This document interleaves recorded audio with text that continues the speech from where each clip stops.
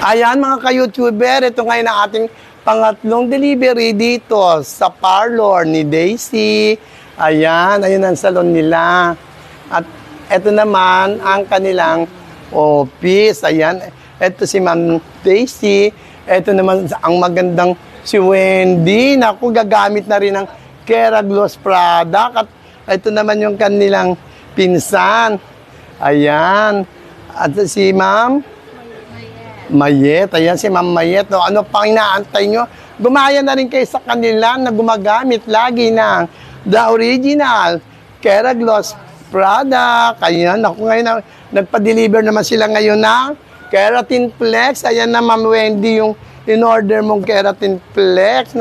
Ano masasabi mo sa gamot na bago naming Keratin Flex? Napakaganda po. Oh, ayan yung gano'n, diba? Ayan, oh, ang dami na namang in-order mo, Wendy, at saka Daisy, pang ready na sa Christmas. Oh, ready na yan for Christmas season. Kaya nag-i-imbak na sila ng the original Keragloss product. Sabi nga ng Keragloss, buhok mo. Sagot ng Keragloss. Oh, diba?